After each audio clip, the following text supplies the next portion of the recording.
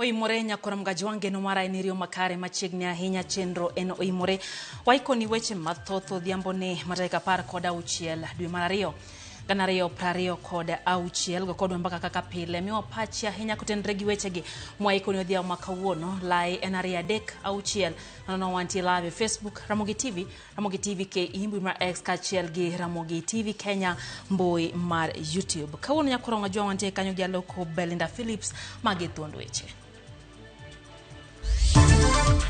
Mpata mpigwa risasi kwa jicho imetokea nyuma. Bana polisi, hakuna polisi anakuja kuchukua mwili.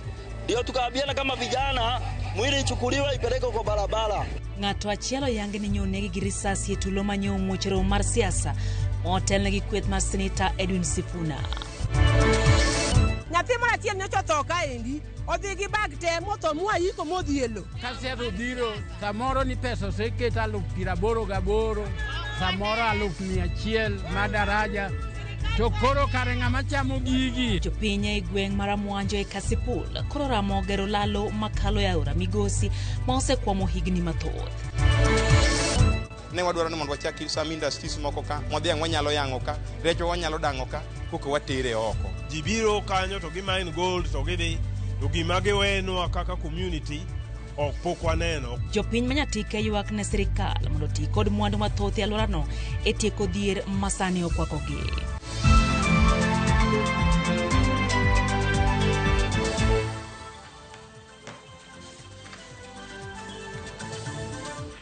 Machiegni nyakoram gajwang nyinga Lydia.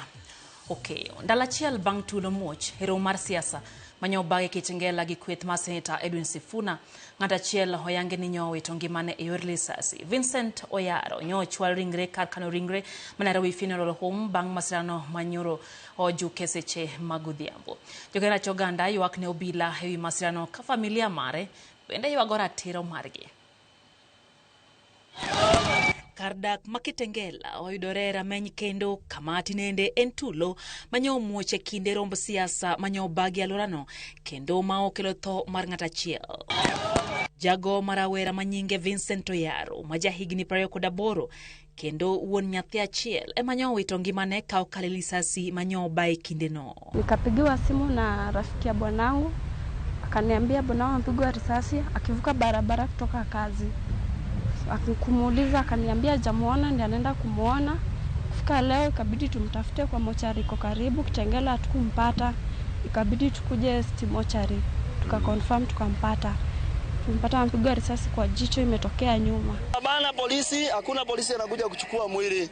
Ndio tukaambiana kama vijana mwili ichukuliwe ipeleke kwa barabara.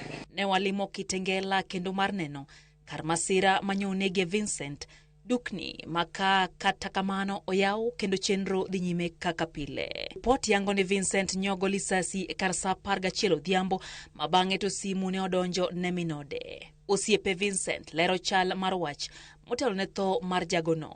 Huyo mzaka uliza kama wanaweza tubebea mwili wapeleke tu basi kumzike juu ashakufa. Tulijibiwa kwamba tuongoje vijana watulie ndio watabeba. Jokedne ratich oganda to oseoduol mar IPOA magiwacho ni osenyiso nyawo e tijgi kata odoko ni nonro nyiso ga obila makelo masira makamago. We are asking the Inspector General of Police, we are tired of your statements that every time a young man is killed you keep on claiming that we await postmortems and after postmortems we will arrest. Bende giseo gai mar obila ni osemana bedo kaoling kamonj timore e romo mag siasa. Bang familia marayango ringre e karkano ringre ma Nairobi Funeral Home negidok kende tesendo bila makitengela kanyakla kodo kinde magi mar goyo report kendo kairito nonro mar biro. Kweth maketo sirikal tesre kotane kodo gai mar DCP Rigathi Gachagua kod jatend Wiper Kalonzo Musyoka okone gigetori wore kod kweth ODM masiro Edwin Sifuna kod Babu Owino.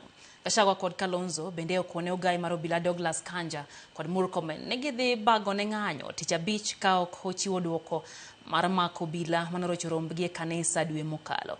Nyambaga ntiere kod ler mathoth. Negiyiero mar bedo welo moko duong' e log tich mar obila Nairobi mar yudo lipote wi monj mosebed ka imonjo godo kweth maketo piny owacho tesre e kuonde alam e kaka mane onene kaunti ma Nyandarua. Ka emane giwuok tung' mosuo kod ogai mar obila Douglas Kanja magikoni nopondonegi kendo remiyo giduoko. Maajabu ni kwamba yeye na timu yake hatukuwapata. Nadhani vizuri kusema kwa sababu ukiondoka bila taarifa ni kwamba ameepa. Sisi tumemwambia Inspector General of Police siku ya Ijumaa tutarudi hapa Jogoo House tukiandamana na wananchi 1,100 ndio ujibu. Kwethno koni kaluwore kod kaka jatend migawo mar arita kwe Kipchumba Murkomen, jagoro mongirore migawo mar arita kwe Dr. Raymond Omollo, to kod ogai mar obila Douglas Kanja tayo godo migawo mar obila kod Dagoko gibiro bago ng'anyo mapek tich abich mar jumani koponi Kanja okomiyo gi duoko mar ka osemako obila mane omonjogi e kanisa Nyandarua. IG Kanja, you can run but you cannot hide. Wewe kimbia lakini you cannot hide from accountability. So IG Kanja will be back on Friday and will come. We'll have a conversation because you must tell the people of Kenya if you have lost control of the National Police Service. If Kipchumba Murkomen and Raymond Omollo have taken over police operations, then you have no business being in office. DCP Rigathi Gachagua, nyawadgi mar Wiper Kalonzo Musyoka, to kod Eugene Wamalwa mar DAPK, okonisa ni koro gigeto riwruok mar ODM, motelnegi kod Sifuna kanyakla kod Babu Owino, to kod James Orengo, motelo ne yiero maduong'. Huyu Kasongo tukiunganisha wale watu hawataki yeye. Hii ODM yote imeenda iko one term.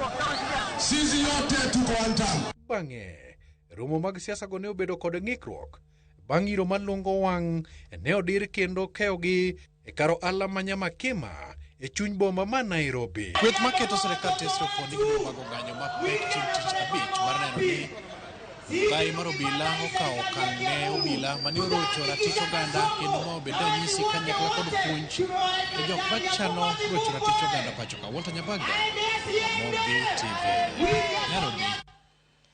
Duol mochung' ne puodho lai mag somo pacho ka KICD ochano cholo buge e okang' mar ariyo skunde. Chenro makoro biro bang' jopuonjre mag grade mar 10 loko lai mag somo kachiel gi skunde.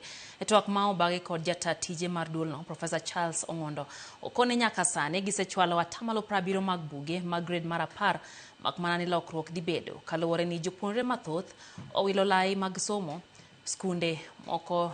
Jopuonjre odhiye mathoth ka moko to odong' nono kata bed ni buge no osechwal negi. Yuto mondi ntiere kod mathoth. Dwe achiel bang' jopuonjre mag grade mar 10 donjo e skunde mag senior sekondar, migawo mar somo kokalo kuom duol maloso kendo puodho lai mag somo e pacho ka KICD pod temo manyo kaka japuonjre yudo buk makare ne kit somo ma oyiero. E twak ma jata tije mar KICD Professor Charles Ongondo bedogo kod jofwambo yango ni bedo ni jopuonjre mathoth loko lai mar somo kod skunde magisome beto rocho ikruok manyicha gisechano mar chwalo buge ma owinjore e skul ka skul, kendo nyaka sani moko kuom jopuonjre pok oyudo buge ma owinjore kaluwore kod lokruok makama. Ongondo kata kamano koni gichako okang' mar ariyo ka gitiyo machiegni kod jopuonj madongo kachiel gi directors mag somo e kaunti ka kaunti mar chwalo buge kaluwore gi lokruok mobedo chenro magichano tieko giko dwe mar 3 higani. We have students who have changed their pathways. So what the institute is doing now is we are creating a link that all the principals will have access to so that they can now give us their final admission status, including the numbers of learners in particular pathways and particular subjects. Once we get those firm numbers, then with the permission of the Cabinet Secretary for Education and the Principal Secretary, State Department of Basic Education, we shall get into a second round of distribution. I believe that this should end towards end of March, depending on how fast we get this information from principals. Bende okoni nyaka sani gisechwalo 70% mag buge kendo lokruoge gi okowinjo duok somo piny e skul mora amora e pachoka. As at the 13th of February, that is Friday last week, we have distributed 70% of the textbooks for grade 10. So I want to believe that every school in this country that you go to today will be able to tell you that they have received most of the textbooks. Kaka yo mar keto jopuonj nyime, okoni buge mag grade mar 11 kod 12 wang' ni dhi chwal chon kapok jopuonjre odonje skul. Books for grade 11 are ready. They have been evaluated. The publishers submitted their final bids. About 36 publishers participated. They are going to be evaluated in terms of the final bids. This will be awarded, and we hope to distribute them in the third term of this year. By the way, even curriculum designs for grade 12 are ready. They have been uploaded on the KICD website, and publishers are already referring to them for production of manuscripts. Judith Omondi, Ramogi TV. Chenro mag wuodhe mag ndeke no bedo gi ng'ikruok e paw ndeke ma Jomo Kenyatta International Airport bang' jotije pewe ndeke chako ng'anyo margi. Jotije go nodagi dok e tich kata doko ni dohonyo chungo ng'anyo makamano. Giywak ni winjruok mane giketo gi 10 paw ndeke pok ochop kare. Ng'anyo no ne okelo digni mar chenro mag wuodhe ka ndeke ne okwame paw mar ndege. Kembe kaka Kenya Airways kod moko noyudo lal kaluwore gi ng'anyo makamano.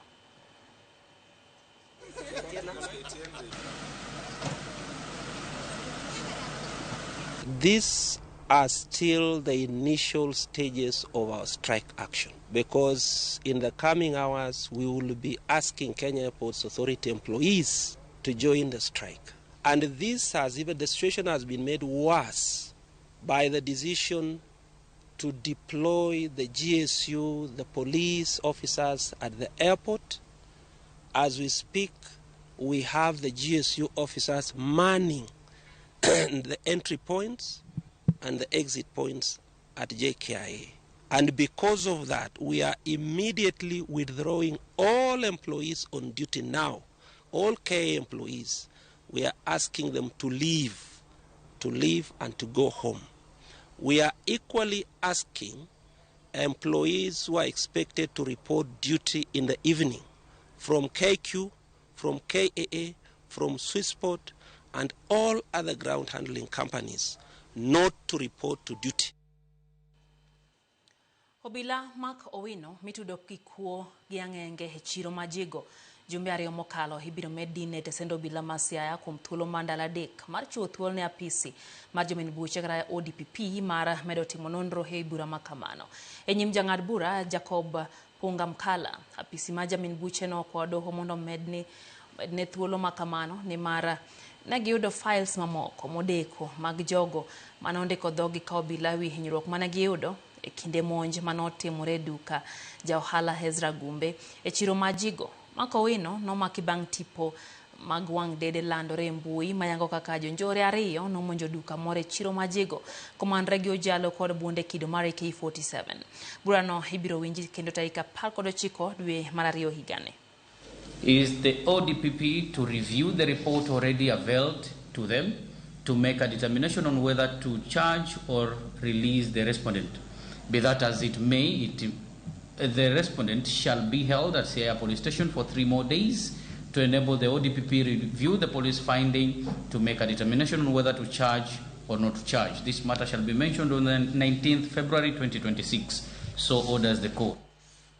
Tarik adek mar dwe maradeki gani doho manakuru biro golo ng'eto mar kaponi apisa auchiel ma KWS maitiyo gi lal mar jalupo Brian Odhiambo nigi bura ma owinjore yawnegi. Jang'ad bura e doho no Kipkurui Kibilion oyango ni ng'eto margi dhi rango neno ne opedhgi jomin bura kod jogo modonjnegi. Apisas go oriwo Francis Wachira, Alexander Logoroi, Isaac Ochieng, Michael Abukala, Evans Kimayo kod Abdurrahman Ali Sudi ne odonjnegi dwe mar abich higa mokalo katudogi gi teko kendo kelo lal mar Brian mane ogo ripode ni no lal dwe mar achiel higa mokalo onogo e bungele Manakuru. Jonena 15 osetimo neno e bura makamano. Submissions filed on behalf of the victims by Kipkoech Ngetich of GKL Advocates dated the 6th of January 2026, together with the submissions filed by Leon Callisto on behalf of the accused persons dated 10th of February 2026 and give a ruling whether the accused have a case to answer or not on the 3rd of March 2026 at 2:30 p.m.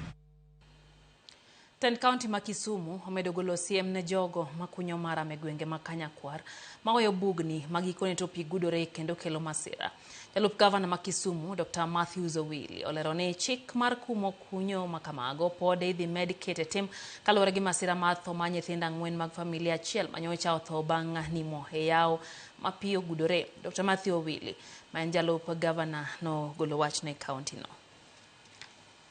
Onge ng'ama kunyo maram kanyo gi sani nikech mano gima ne Gavana osewacho gimede gi yie nikech mano ok mokwongo gisebedo ka giwito nyithindo kata joma dongo e kwarego nikech joma kunyo maram kanyo samoro gibiro gotieno samoro bende ka gikunyo maram kod mikunyo maram go tok gichiel kuondego to boydo bende ni samoro bende gionge gimiluongo ni license. Nodani mondo koro los chike makare madhi konyowa e county ma Kisumu e weche mag kunyo mwandu ma wan godo e bwolo kata gimiluongo ni natural resources. Bende wasewinjo sani ni nitie goldi moseyud e dala mar Seme to ka onge policies maber to gik makamago nyalo kelo koko mang'eny e gwenge. Omiyo mano ema dana wachi to wakwayo jokanyakwar duto te kwasegone gi mos kamano ni giyie gi kony piny owacho mondo gin giwegi gineni kunyo maram ma oyaye mamiyo nyithindo tho orumo. Osewacho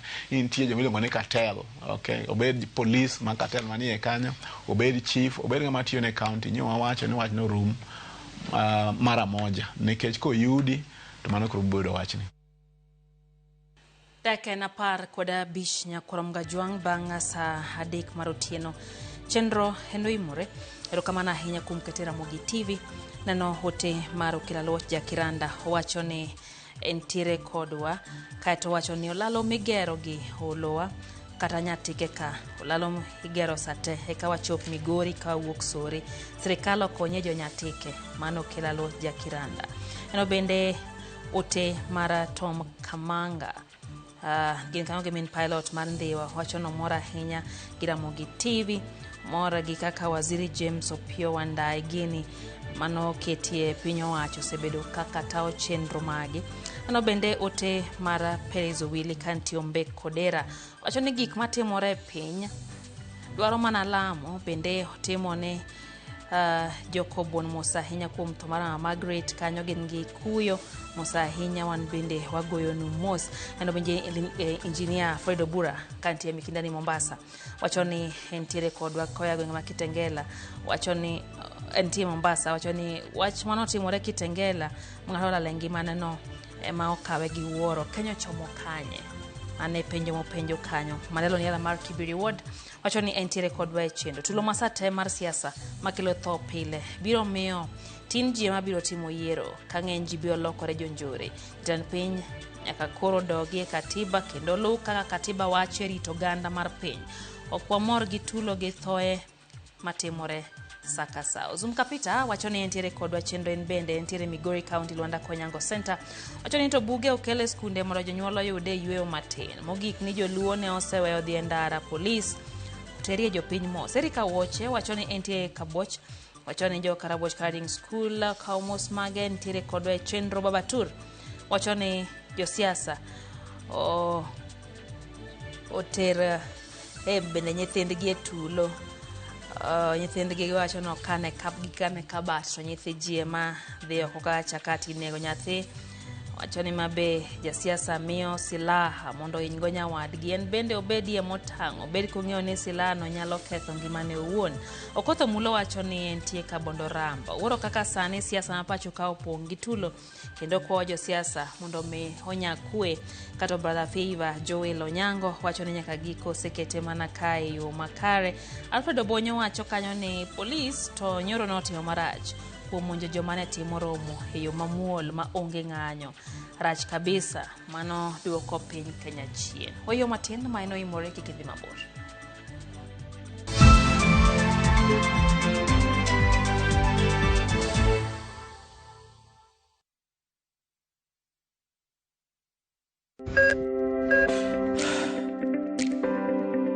E chuny ogandawa Ngima mar del en mwandu maduong'ie moloyo.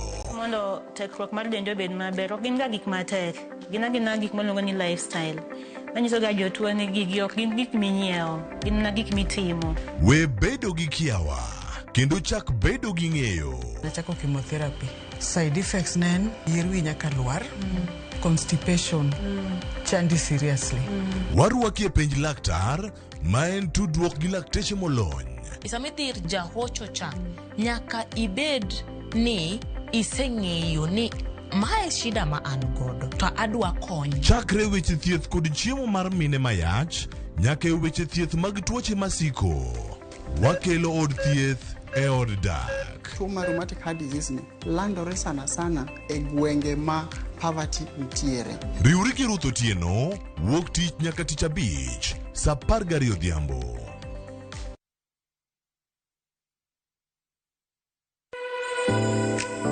Chiemo ok en mana gima wachamo kende, en sigana. Tim mapile, nyasi mar nyiso ni wan ng'agini.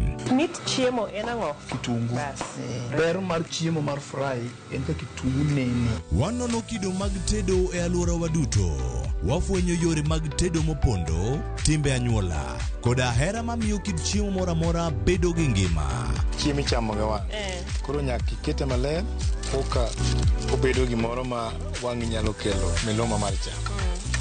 Ma ok en mana tedo kende, en kit ngima mar oganda michiwo e mesa.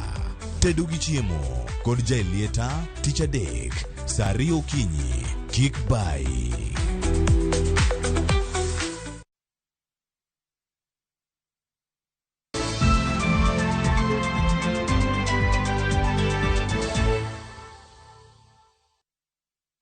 Machiegni kendo nyakurom gajwang' chenro enoimore wadhi mbele gi weche manyien. Obila mag okwach kich omedo jiwa pedha e gwenge ma pacho ka mar mako jonjore makwalo simbe mag ong'we yamo ma jopiny onye yor hola motisni lipa mdogo. Apedha magitimo Kericho okelo meko mar ng'at achiel ka simbe buora bende nyoyudi. Jafwambo marwa Carolina Tieno tiere kod ler mathoth. Apedha motim gi obila e kaunti ma Kericho okelo meko mar achich ma itudo gi kuo mar simbe mag ong'we yamo ma inyiewo e yor hola kowuok e kembe mag hola ka ranyisi en kambi mar Mogo Kenya. Apedha ne otim gi obila mag okwach kich ka en achiel kuom okenge masani giketo mag geng'o kuo mar simbe ma ji nyiewo ka okalo e hola ma otisini lipa mdogo. Buying the device, you don't pay, and then you take it maybe to a local fundi with software, and then they kind of unlock the phone, and you end up not paying for the loan. So sometimes when this happens, we notice that this phone is not being paid for. We have other instances whereby you'll find that if the hacking fails to happen, this phone is opened and it's just opened, sold for spare parts. Nonro yango ni kweth njore no osebedo ka kwalo simbe go kaito gilodho igi kokalo e yor lony manyasani bang'e giuso simbe go ne jopiny ma onge gi ng'eyo e wi kuo makamano kendo moko itero nyaka e pinje malibamba. So far devices I can say maybe upwards of 40 million.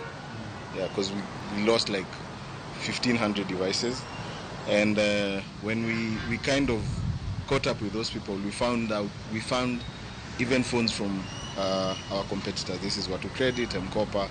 E apedha no, simbe buora mag kembe mopogore ne oyudi. E kinde ma achich ma itudo gi kuono bende ogogono e duka moro Kericho kono. Ka oyango apedha no, jatend okwach kich malondiani Kelo Musimi oyango ni pod gimanyo achije mamoko ka bura bende gisemako e doho. We have other cases under investigations that may lead to arrest of other more suspects, and or after the investigations will be arraigned in court. Ojiwo jopiny mondo bed motang' gi kuo makamano. Caroline Atieno, Ramogi TV. Wadhi Migori, jodak e gwenge mag Nyatike ywak ni thoth mwandu mayudre e gwengego ma oting'o rech kod mula konyo mana ji mathoth mawuok oko mar sub-county no ka koro gidwaro mondo mi piny owacho oketo okenge mag neno ni mwandu gi ok konyogi. Fomara Jojo manigi ler koa e kaunti ma Migori. E kinde romo ma jokanyrwok ma jodak e wuodno ma Got Kachola e sub-county ma Nyatike modak e boma ma Migori, romo bende noywore kod lawi jaoko mabende achiel kuom jogo eko mosewuok oko mar nyiso dwaro margi e laro kom ma joburu ma Nyatike. Jodagi ma Nyatike wacho ni mwandu mathoth ma oting'o rech mawuok e nam Lolwe kod kata mula thoth gi konyo mana oganda mawuok oko mar sub-county ma Nyatike.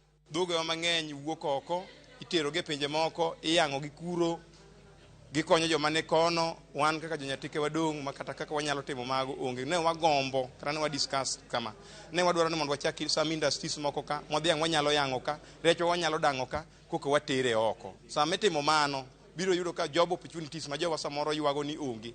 Thoth jowa ibiro ndike e farms go kata factories matimo mago. Wan gi gold e Nyatike kama for years and years. To kwane benefits ma jo-Nyatike ma kanyo nigo. Jibiro kanyo to gimine gold to gidhi to gima giwenwa kaka community ok pok waneno. Ok wane ka gigero school kata ka gi improve roads. Giwadire mar piny owacho e gero gige machalo kaka kembe manyalo baro rech, keto kuonde ma kano rech kod mamoko manyalo chuogo tije ne oganda osemiyo gin kaka jodak ok gine ber malong'o mawuok kuom mwandugi ma ode gwengego. Wan gi resources but we lack management mondo mi resources gi ogi kuom japiny ma kawaida mondo okonyre.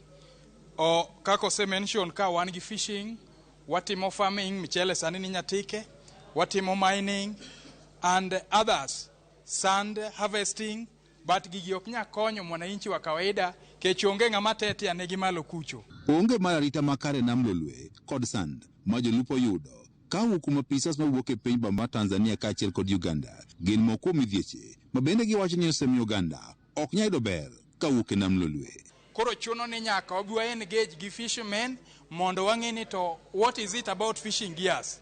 Then dir nam kucho ka gidhi jowa pod imako gi jo Uganda gi jo Tanzania.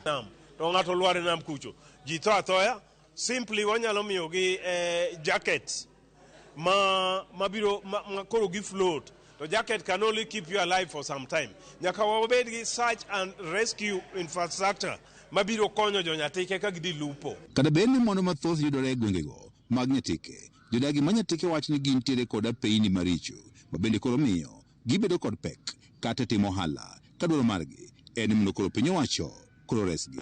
Wa brainstorm mang'eny en ang'o ma wanyalo timo mondo kony jo-Nyatike ma kwa mako rech for example to wabedo gi rech manyalo chopo e chiro kapok gikethore. Mano biro dwaro refrigeration facilities. Ok Nyatike kuonde te nigi sitima to wabiro dwaro power mondo wabed gi refrigeration. Koro ne wa strategy ni to ere kaka gini some of this money can go back to help the communities. Kaluwore kod oro ma kinde ka kinde, jodagi ma Nyatike e kind romo margi bende dwaro mondo koro piny owacho koro med kunyo yewni, bende koro nyalo miyo gi pige ma ginyalo tiyo godo e chenrogo mag pur. Nyatike wapuro gik mopogore opogore to en rain fed, en wapuro mana ka koth ochwe.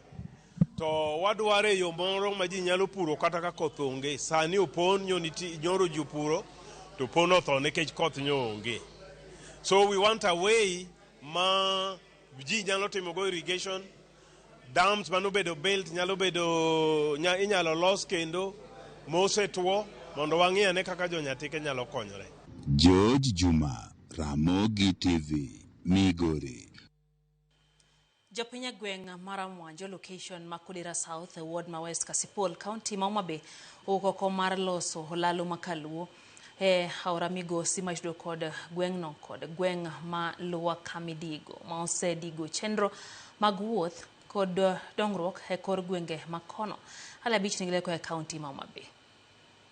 Jopiny e gweng' mar Mwanjo e ward ma West Kasipul e kanchud bura ma Kasipul wacho ni kuom higni mathoth giseneno pek mar wuoth ka gikalo aora ma migosi kaluwore gi onge mar olalo matudo gweng'no kod gweng' ma Luwa Kamidigo, olalo ma bende keto ngimagi andaki ahinya to e kinde ma aorano opong'. kalore gi pek ma gisebedo ka gineno. Jogweng'go koro ne wuok oko kendgi mar loso lalo ka gitiyo kod yiende ma koro ginyalo tiyogo ka gikalo lalono, ka jogweng'go ka otelnegi kod Joseph Okombo wacho ni chenro mag wuoth ka aorano opong'o ok yot kata matin, kendo kata manyo chenro mopogore e ofise mag sirikal bedo negi matek e kinde ma koth chwe. Jomoko dak loka cha to jomoko dak loka koni, ka koro wan gi liel loka koni kata chandruok mantie koni ka pi opong' to koro achung' magi e dho wath kanyo tang'iyo tadoka. Area ma wantie ni en area miluongo ni Mwanjo, to wan kamidigo loa. Puothe madongo ni koni to gin mana loka cha. Ka pi opong' to wuon puodho ng'iyo ang'iya puothe gi loka cha ok nyal dhiye. Achako wuotho wach daraja kan jagni 35 nyaka kawuono. Koro kasetho biro samoro ni pesa oseketa 88,000, samoro 100,000 ma daraja, to koro kare ng'ama chamo gigi. Jopinygo wacho ni kata mana nyithindgi masomo e skul primar ma Magungu neno matek e kinde mag kalo aorano, kendo kata japuonjre achiel ne pi oyuero mowito ngimane e kinde manotemo kalo aorano kodok pacho, kendo kata manyo chenro mag thieth e osiptal mag Odagulu ok ginyal dhi e yo mayot e kinde mag koth. Chiro Magungu ok wanyal dhi, nyithindo dhi sikul Magungu ok wanyal dhi, dhano alo kacha dhi osiptal Godagulu okaka wanyalo dhi ne onge nikech ne wan gi pek. Jo community mar Mwanjo emomiyo nwatimo tijni. Nyithindwa somo loka Magungu, nyathi moro achiel nyocha otho kaendi, odhi gi bag te motho mwayiko modhi e lo. Jopinygo wacho ni ok ginyal ling kaka jogweng' to gisehinyore, gino manomiyo koro giwuok oko maloso lalono kane gikwayo jotendgi makono mondo oyie oresgi. Nochunowa mondo wang'i yo moro amora manade mondo jopiny oyud kaka nyalo kalo ka koni kadhi loka kocha. Nyaka watudre nikech wan gweng'wa ka en gweng' ma dhako, gweng' ma nigi pi maber, man gik mang'eny kabisa. Omiyo kaka waloso ginene yiendegi ok aluong ni daraja nikech mok daraja. Ali Abich, Ramogi TV, Homa Bay. Riwruog jodongo mag Kaya Mombasa koro dwa ni piny owacho e bwo tend dho wath ma Mombasa Kenya Port Authority mondo mi ochiw thuolo mag tije ne rawere e chenro madhi nyime mar gero kar ohala mar dongo kundu. Ne giloso Mombasa jodongo go koni thoth rawere Mombasa osebedo ka donjore e timbe mahundu ka gikwayo giwago nok mag tije. Omiyo gikwayo jata tije wadhno Captain William Ruto mondo mi oparie kamana e tije ma ok dwar lony mararie. Magi ne giwacho kamoko kuom rawere bende koni ikore ne thuolo mar tije ma kamago mana ka jowetegi e kaunti zamoko. Bwana Ruto, managing director wetu wa KPA, zile kazi ndogo ndogo waachiwe vijana walikoni wafanye. Kazi za bush clearance, kazi za kuchimba mitaru, si lazima mtu awe amesoma. Hata kama mtu hajasoma lakini anaweza chimba mtaru na akapata 500. Hawa vijana wameachiwa kula mgoka, hawa vijana wameachiwa kupiga watu vipanga. Kwa hivyo na sisi tunataka hii nafasi ya dongo kundu. Kuna watu ambao vijana ambao wamechukuliwa wamekwenda training. Kwa hiyo sisi tunataka kwanza wale vijana 700 ambao wameenda training wapate ajira, kwa sababu sisi hapa tumekosa ajira. Vijana walikuwa wengi wanapata shida, tumekosa ajira. Kwa hiyo sisi tunaomba Bwana Mheshimiwa Rais, tunamhitaji leo na kesho. Vijana wenzetu wa Shimoni walitengenezea poti ya kwao, wanapata maendeleo kama vijana. Wanamshukuru sana Captain Ruto.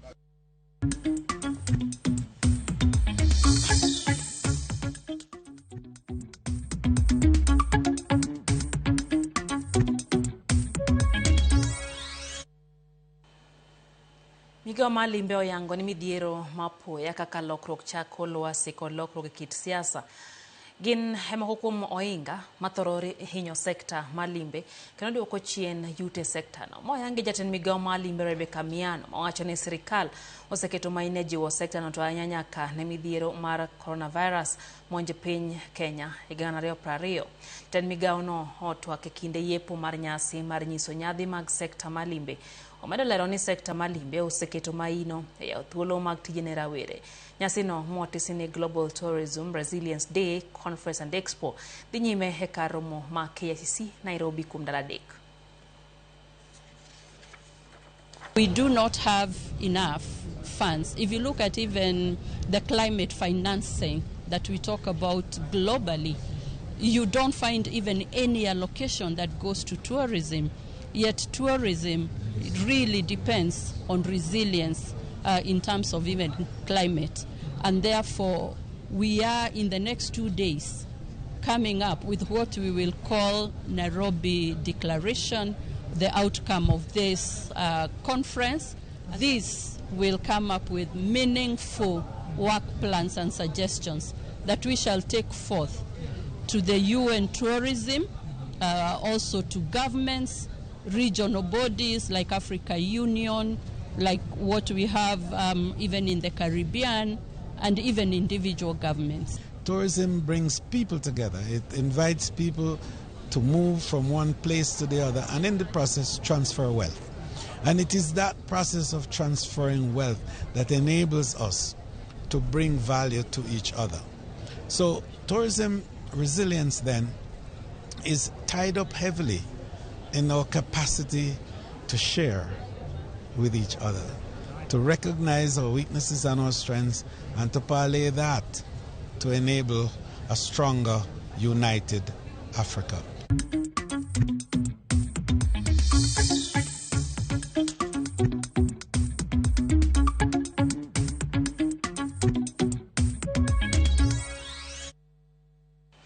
Wakayo machielo nyakurum gajwang chendo eno imore hero kamana hinya kumedo ketira mongi TV. Jadong Patrick Awange wachoni NTA kodwa kuwoku Genya yenga hemo ene wechegeyo makare. Bende eno kanyo ote malewis weda wasiboda ntira wasiboda. Njini Lazaro Kanyambo wachoni en kaka Lazaro Kanyambo kodo kwa mama Aida Odinga, Professor Peter Nyang'nyong'o kod Odungiranda manoker marluo kod jotelo moko makaluo miyedeo mondo giwuo ewi pogruok mar siasa mantie party mar ODM nikech kamano wachoni nonyuole to yudo ka orengo timo siasa mar activism tema pod na nyaka sani koro dwani jotelo moko go oriwi oganda. Orwa senior wachoni nitie Nandi County weche gichopo ne makare en kanyo gi Lesos mano siepne yano kanyo Evangelist Dan na umuya wachoni entiere kodwa yo makare wachoni Nyasaye ntie kod oganda walamu alama na piny Kenya manja dole Evangelist Dan Wudo Muya ntie Mombasa County gimino Dr. Mama Gimin Ode rokamana hinya eno shemo tho mano kanyo obila ochano lo weche geyo makare dwaro loso wach mar winjruok kata tudruok e kind japiny kod obila. Wachoni community policing is continuing to fail. Wachoni National Police omany yo maginyalo bero godo tudruok makare e kind jopiny kod jogo mabende chiwo arita. Obila ok onego kwal jopiny, bende ok owinjo ogo kata oneg jopiny. Wachoni waket japiny obedo osiepewa eka wana bed kod kwe mano otemo ya irobila uweyo go bila wetene kotenre kod nek mara kijana rawera monegi nyakwara mgajwang. Pastor George mar Homa Bay Glow Church wachoni entiere kodwa e chenro gen kanyo gi mama Madam Vida mar Nyalkinyi School Primary kachel kod Salibet wacho ka ni lit ka wawito jo Kenya matindo nikech siasa ok ber ahinya mosanya ne familiano moyudo lit kod kuyo kotenre kod lal mar wuodgi. Okotho mulo wachoni entie Kabondoramba woro kaka sani siasa mapacho ka opongi tulo kendo kwa jo siasa mondo mi onyae quick mora magintie. Baba Tur wachoni jo siasa bende bed mabor kod tulo paroni note mane wasesom ka jop jagongo wachoni weche gichopo ne makare entie Eldoret Langas gimino de Jacqueline Ochieng okwa mana kwe kinde mag siasa to bila bende okitigi magina eyo mane gitiyogo gitigi magina maber waol gi wito ngima e kinde ma jo siasa siasa dhi mbele pacho kae mama gi Grace Jagongo gi Jokayona wachoni gintiere gode chendo ne udhia makawuono. Mako Jwang David Omondi intiere kodwa koya Nyabondo kata Dantes jo party wachoni kare Raila no mako kama duong wachono yie siasa wachoni kore kaliete pacho kae hoyo matin wado kod mago mag tuke Nyakwara Mgajwang kikidhi mabor.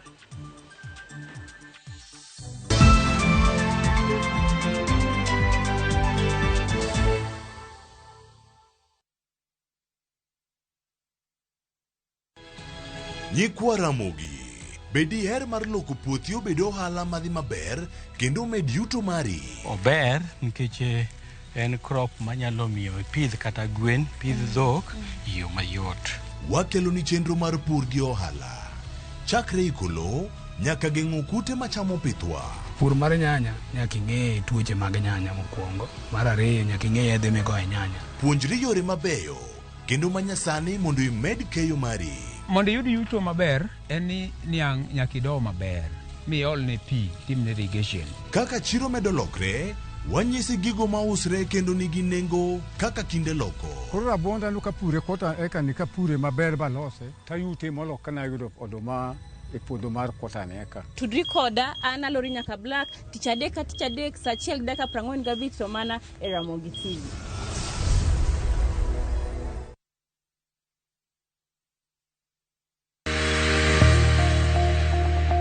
Ng'ato ka ng'ato nigi gima ber mohero.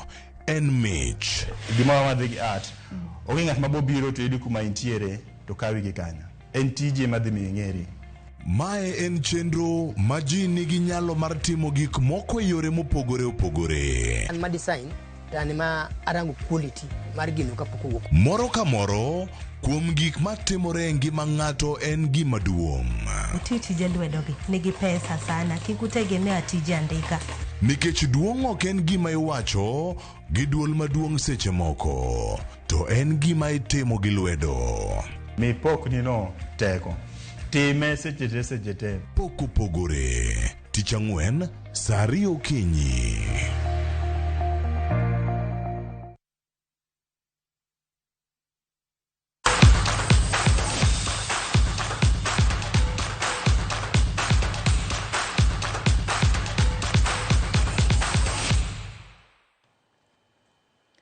Kenya oyango squad mar jotugo 12 piem mar 57 mar Magical Kenya Open higa 2026 tuke mag golf mag DP World Tour nyasi manotimore kawuono e paw tuke mar golf mantie Karen County Club kendo notelne kod jatend migao mar tuke Salim Vuria. Squad nogo motelne kod jatugo Edwin Mudanyi oting'o jotugo man kod lony kaka CJ Mungai, Greg Snow kod mamoko.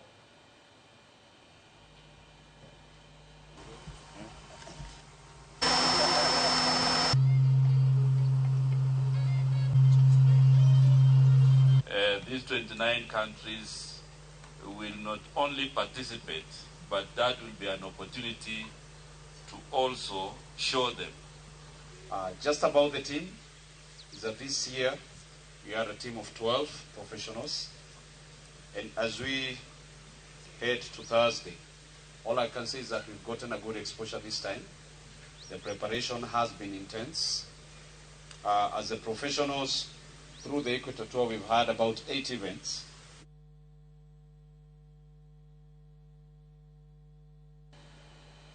Club mar Gor Mahia oloro dira mokalo ka gintiere e thuolo mokwongo e lig maduong' mar adhula pacho ka FKF Premier League kogalo mano chulo kuoro kendo pado bila ma IPS Bomet gonde 2-1. Nyoro Kericho nigi points 4-3 points 6 nyime FC Leopards joloch season mokalo. Police FC osebedo kathembo e lig to club mar Ulinzi wuok amodhi kod gi Nyoro tugo mano rumo gol 1-1. Police FC omako thuolo mar 9 gi points 30. Thuolo mar 16 gi 17 omako gi club mar Kariobangi Sharks gi Bidco e kinde ma Sofapaka oramo ni thuolo mogik nyaka gi mak motegno motelne round mar 21 mag tukegi ma ochan odira mabiro. Murunga tele anaileta ndani huko.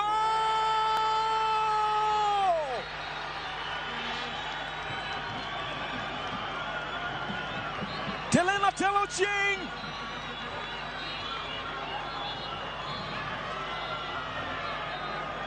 Alipiga mwenyewe moja kwa moja mpaka kwenye kamba kule. Mwanajeshi Jera mag tuke mag rugby noyudo mor miwuoro gi kodira mokalo alap ma nyayo kalore kod ilo manokel kod tielo mokwongo ma tuke mag HSBC 7th Division mar 2 manotuge pacho kae. Tim maduong' mar jomachuo ma pacho ka Kenya Shujaz notimo maber bang' loyo tuke 4 ewi tuke 5 kendo kelo mor matamre gi nono ne johera mag tukego ma pacho kae. Tuke mag joma mine, tim maduong' mar Kenya Lionesses ne okodhi maber e tukego kaluwore kod chako mos mar gima nomiyo logi e tuke ang'wen ewi tuke 5. Timbe ariyogo koro dhi ikore ne tielo mar ariyo mar tukego midhi bagi boma Montevideo e piny mar Uruguay chakre tarik 21 nyaka 22 dwe mar adek higani.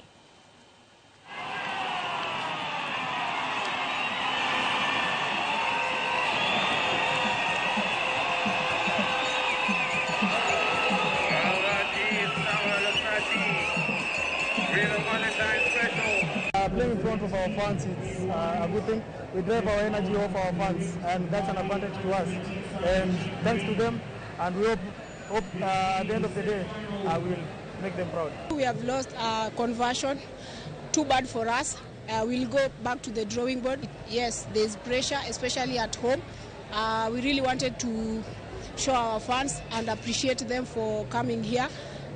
But still, the game is still on. We are not going to give up.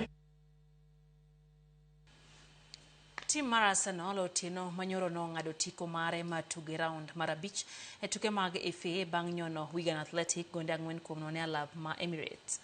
Gonde Arsenal noloko